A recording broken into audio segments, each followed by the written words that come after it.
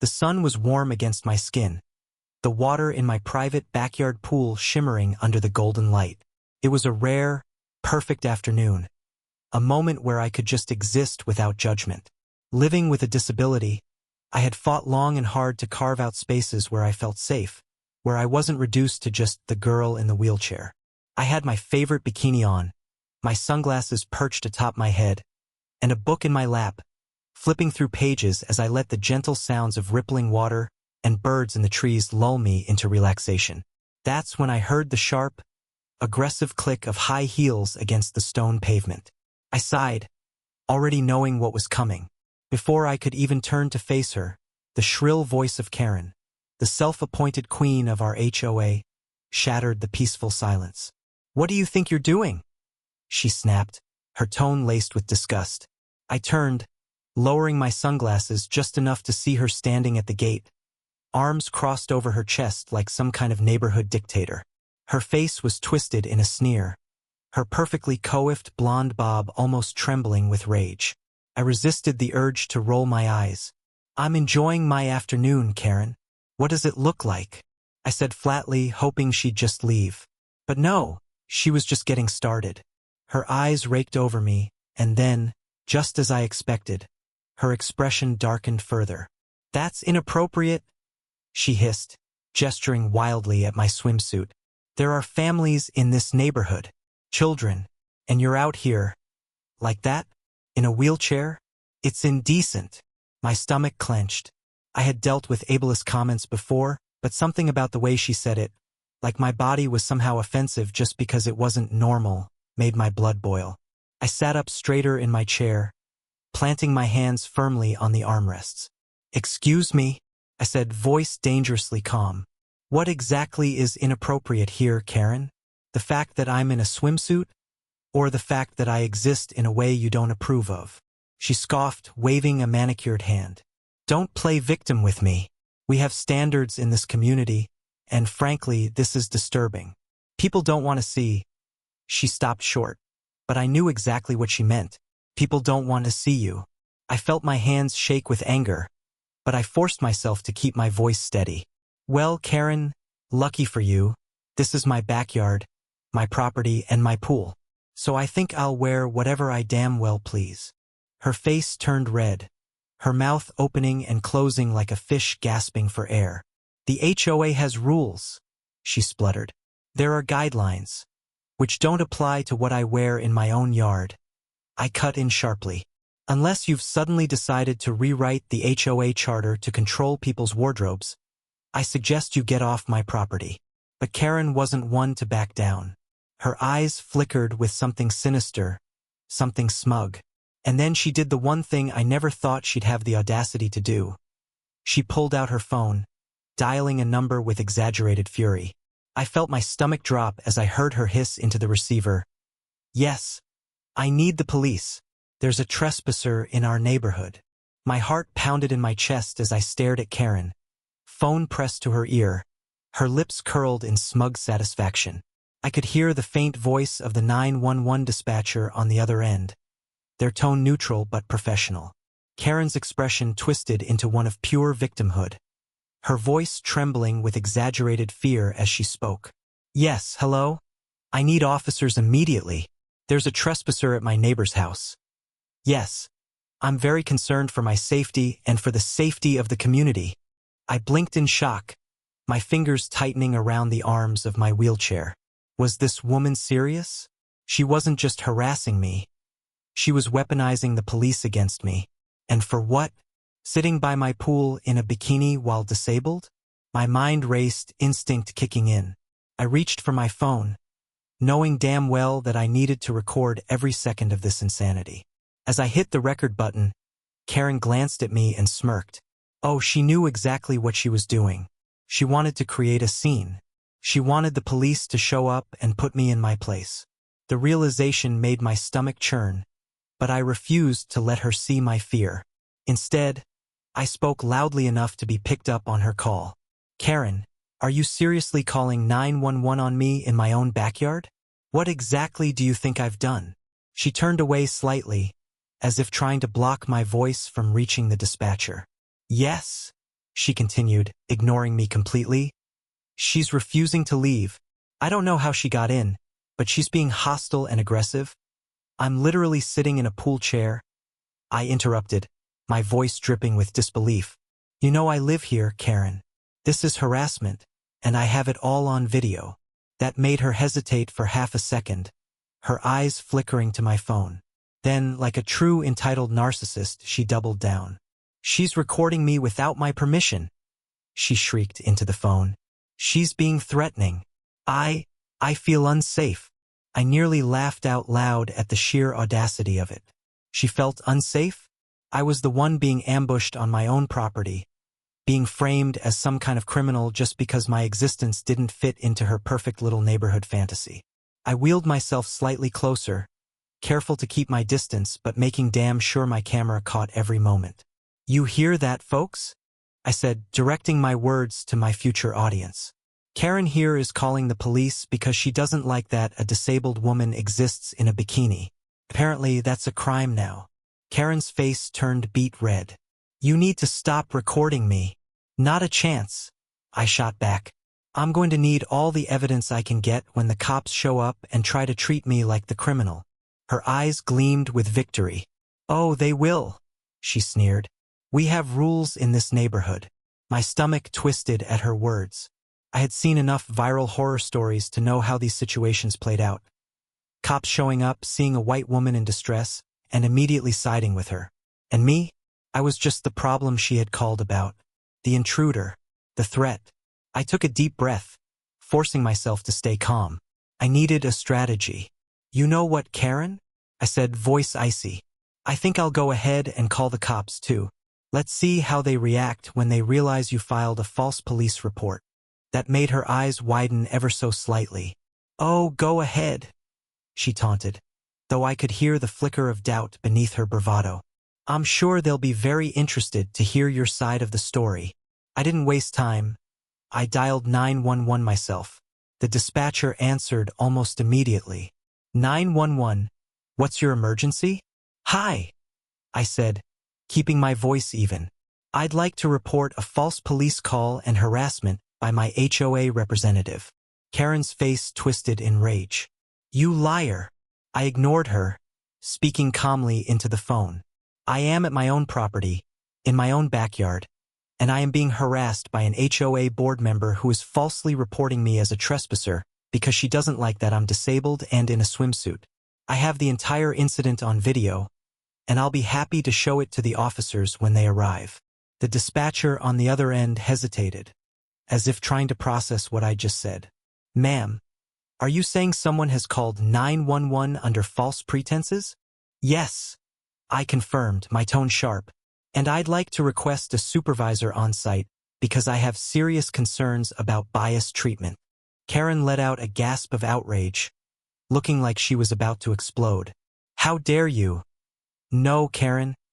I cut her off, voice deadly calm. How dare you? The dispatcher spoke again. All right, officers are already en route to your location. I'll notify them of the situation. Thank you, I said before hanging up. I turned my camera back on Karen, who was fuming, her fists clenched. Looks like we're both waiting for the cops now, I said smoothly. But only one of us has been caught on camera lying to 911. She opened her mouth to retort, but the sound of approaching sirens cut through the air. My chest tightened. This was it. Now things were about to get really dangerous. The sound of sirens shattered the tension-filled air, growing louder as they approached. My stomach churned with unease. I had seen enough viral horror stories to know how these encounters often played out, especially when an entitled white woman like Karen weaponized the police against someone she deemed lesser. I tightened my grip on my phone, making sure I was still recording. I wasn't taking any chances. Karen, on the other hand, was practically beaming. She straightened her blazer, smoothing out non-existent wrinkles, adopting the posture of someone who knew she would be believed without question.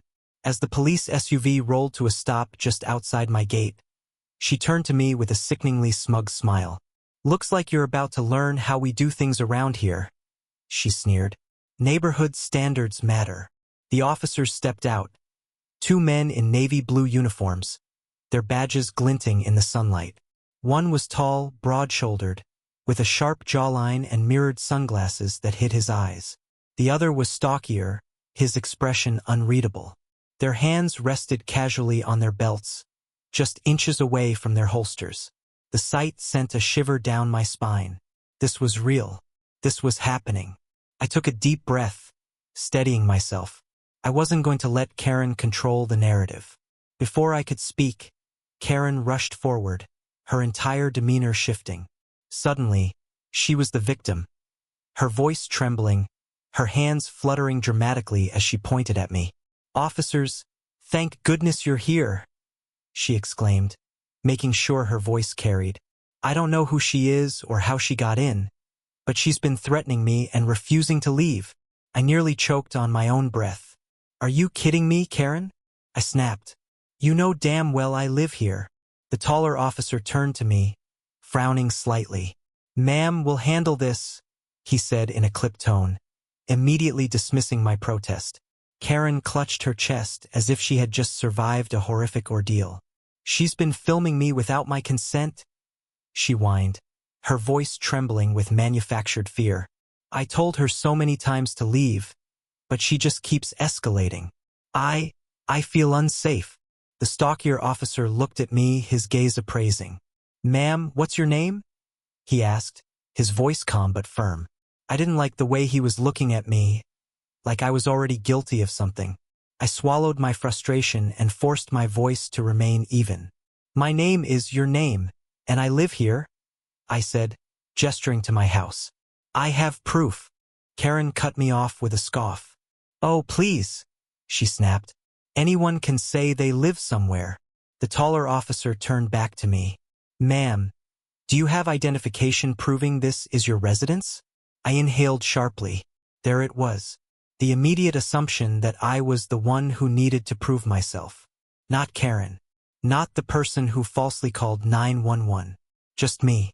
"I do," I said coolly. "But before I get that, I'd like to remind you that I also called 911 to report a false police report being made against me." That made them pause for a fraction of a second. The stockier officer frowned. "You called 911? "Yes," I confirmed, raising my phone slightly. "And I have everything on video." I saw the flicker of uncertainty in the taller officer's stance, but Karen wasn't about to let them start questioning her. "This is insane," she shrieked. "You're really going to let her turn this around? Look at me. I'm shaking. She's been harassing me." She turned to the officers, lowering her voice into a pitiful whisper. "You don't know what she's capable of." My jaw clenched. I knew exactly what she was doing. She wanted them to see me as a threat, as someone dangerous. My disability didn't matter to her. If anything, it offended her even more that I had the audacity to stand up for myself. And the worst part? The officers were buying it. "Ma'am," the taller one said, voice firmer now, "we're going to need to ask you a few questions. Can you step away from the pool?" My blood went cold. "Excuse me, just a precaution," he said smoothly, hand still resting near his belt.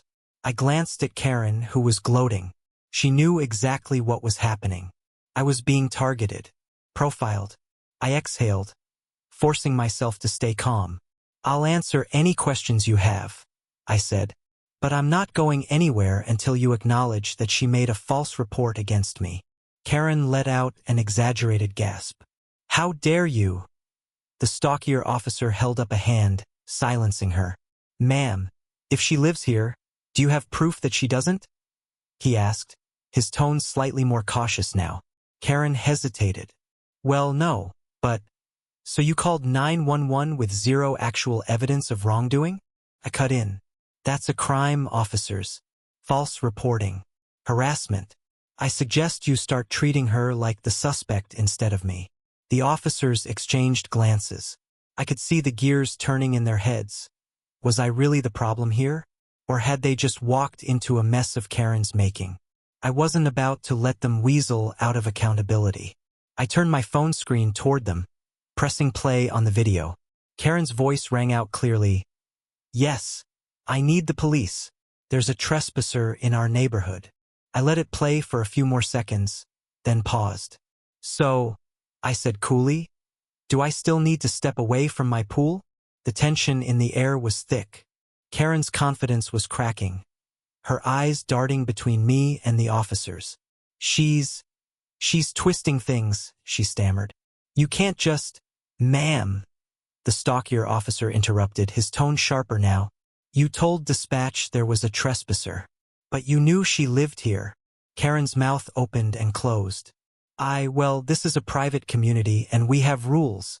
It's inappropriate for her to be existing, I snapped. Because let's be real, that's what this is about. You didn't like seeing a disabled woman enjoying her home. Silence. The officers weren't looking at me like I was a suspect anymore. They were looking at Karen. Finally. But the damage was done. My perfect afternoon had been ruined. And I wasn't about to let this go unanswered. Karen had tried to play her power game, but she had no idea who she was messing with. And I was just getting started. Karen's smug expression had vanished. Instead, she was scrambling, grasping at any excuse, any lie, anything to salvage the illusion of authority she had over me. But the police weren't buying her act as easily as she had assumed. The taller officer's jaw tightened, his mirrored sunglasses reflecting her panicked face. The stockier one folded his arms, tapping his fingers against his bicep as he scrutinized her. So, he said slowly, you knowingly called 911 on someone who lives here and made a false claim about them trespassing? Karen's lips parted, but no words came out. Her carefully crafted image of the concerned, upstanding citizen was crumbling fast. I didn't lie, she sputtered. Technically, she violated HOA rules. She faltered, flailing for something that sounded legitimate. She isn't following community standards. The officers exchanged glances, unimpressed. I, on the other hand, let out a sharp laugh. Community standards? I repeated, my voice dripping with disbelief. What community standard says I can't sit by my own pool? What standard makes it illegal for me to exist in my own backyard? Karen's face twisted with frustration. It's not about that, she snapped. You're out of line. You have no respect for how we do things in this neighborhood. And how do you do things, Karen? I shot back. By making up fake emergencies to get the police involved? By trying to intimidate disabled people out of their own homes? By acting like you own everything you lay eyes on? The stocky officer sighed. Ma'am, he addressed Karen flatly. Calling the police for a fabricated emergency is a serious offense. You could be fined or even charged with filing a false report. Karen paled. Oh, don't be ridiculous, she huffed, straightening her blazer in a weak attempt to recover her composure. I was concerned. It's my duty as an HOA officer to ensure that community guidelines are respected. The word HOA made the taller officer raise an eyebrow. You're an HOA officer? He asked. Karen perked up slightly, seizing the lifeline. Yes, that's exactly why I was acting in the best interest of the community. It's my responsibility to... That's interesting, I interrupted, my voice deceptively calm. Because the real HOA president has been trying to get in touch with you. Karen stiffened. What? I smirked, relishing the way her confidence wavered. I reached for my phone again, this time pulling up an email from the actual HOA board. See, Karen, I did my research before moving in. Unlike you, I actually read the bylaws. And nowhere in those bylaws does it say that you have any actual power over other homeowners. Karen's face went from pale to ashen. In fact, I continued, it turns out that you've been running your little HOA power trip without the board's approval for months. And they are not happy about it. The stockier officer's expression darkened. You're saying she isn't actually authorized to enforce any HOA rules? I tapped my screen. According to the actual HOA board? No. I turned the phone so they could see the message from the board president himself. We have received multiple complaints about Karen acting outside of her authority. She does not have the power to enforce fines, threaten residents, or act as an agent of the HOA. If she continues, Legal action may be necessary. Karen's mouth was opening and closing like a fish gasping for air. That's not true, she shrieked. They're just trying to silence me. They're jealous of my dedication to the community.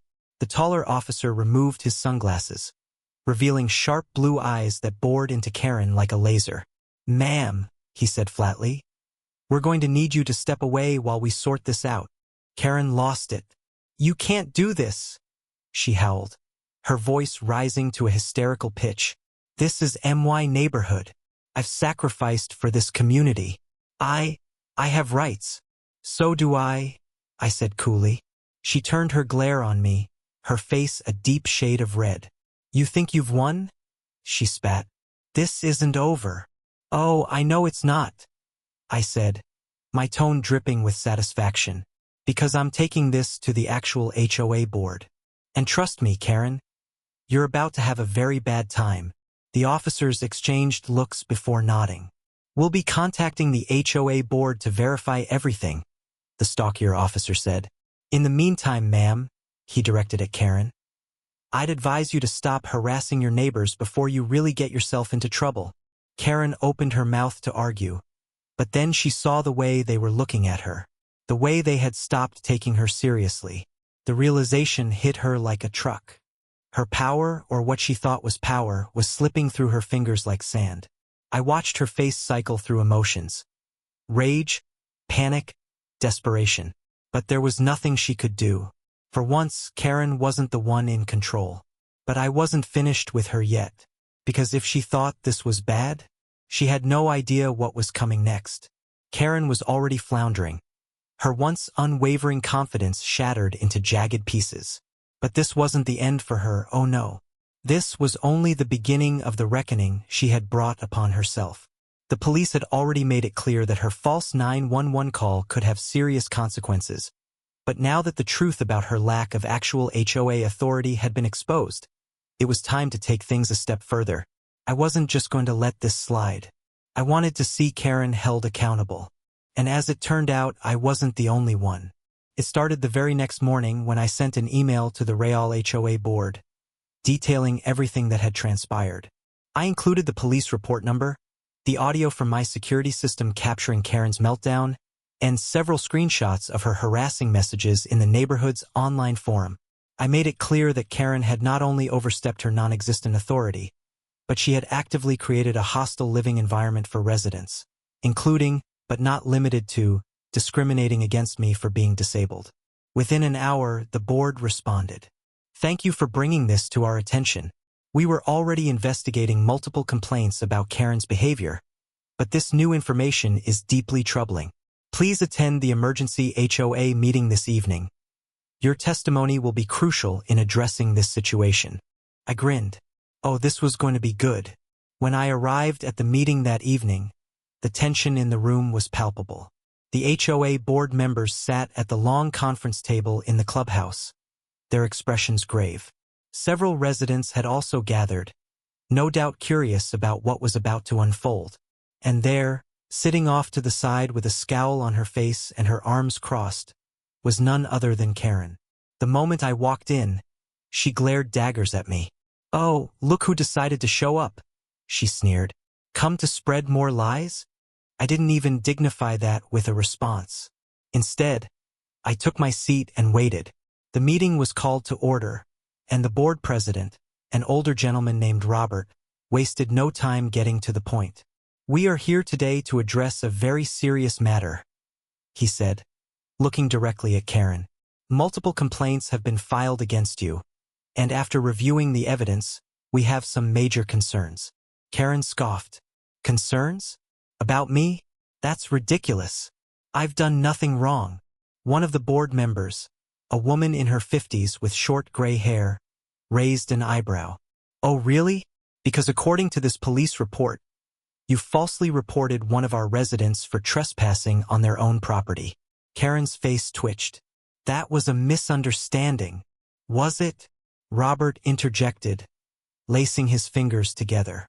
"Because we also have evidence that you've been threatening fines that you have no authority to issue, sending harassing messages to residents, and making discriminatory remarks. The room was silent. Everyone was watching her, waiting. Karen clenched her fists. This is outrageous. I was only doing what's best for the community. You all know that I care about this neighborhood more than anyone. That's when I decided to speak up. Oh, we know you care, I said, my voice dripping with sarcasm. That's exactly why you call the cops on people for existing in their own backyards, right? Because you care so much. Karen whipped her head toward me, her eyes flashing with rage. You shut your mouth. You're nothing but a troublemaker. You're just trying to turn everyone against me. I smiled. I don't need to turn anyone against you, Karen. You did that all by yourself. Robert sighed and turned back to her. Karen, we've tolerated your behavior for far too long. You have never had the authority you claim to have, and we cannot allow you to continue harassing your neighbors. Karen shot up from her chair. I am the HOA, she screeched. You can't do this to me. But Robert just shook his head. Karen, as of this moment, you are officially banned from any HOA involvement, effective immediately.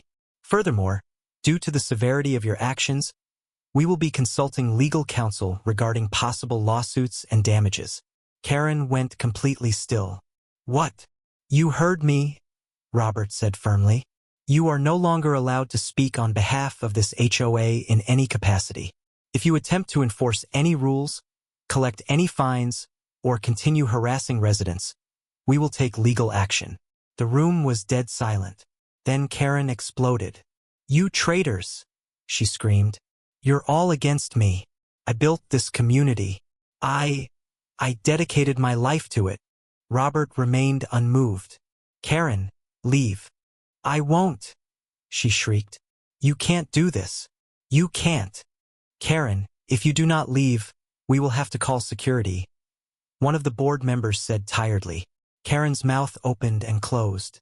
She was seething, her entire body trembling with rage, but she must have realized that she had lost, because after a few moments, she let out a furious scream of frustration, spun on her heel, and stormed out of the clubhouse. The second she was gone, the tension in the room lifted. People let out relieved sighs. Some exchanged glances of disbelief, and a few even laughed. One of the board members turned to me. Thank you for bringing this to our attention, she said sincerely. I'm so sorry you had to deal with all of this. I shrugged, feeling more satisfied than I had in weeks. Hey, at least it's finally over.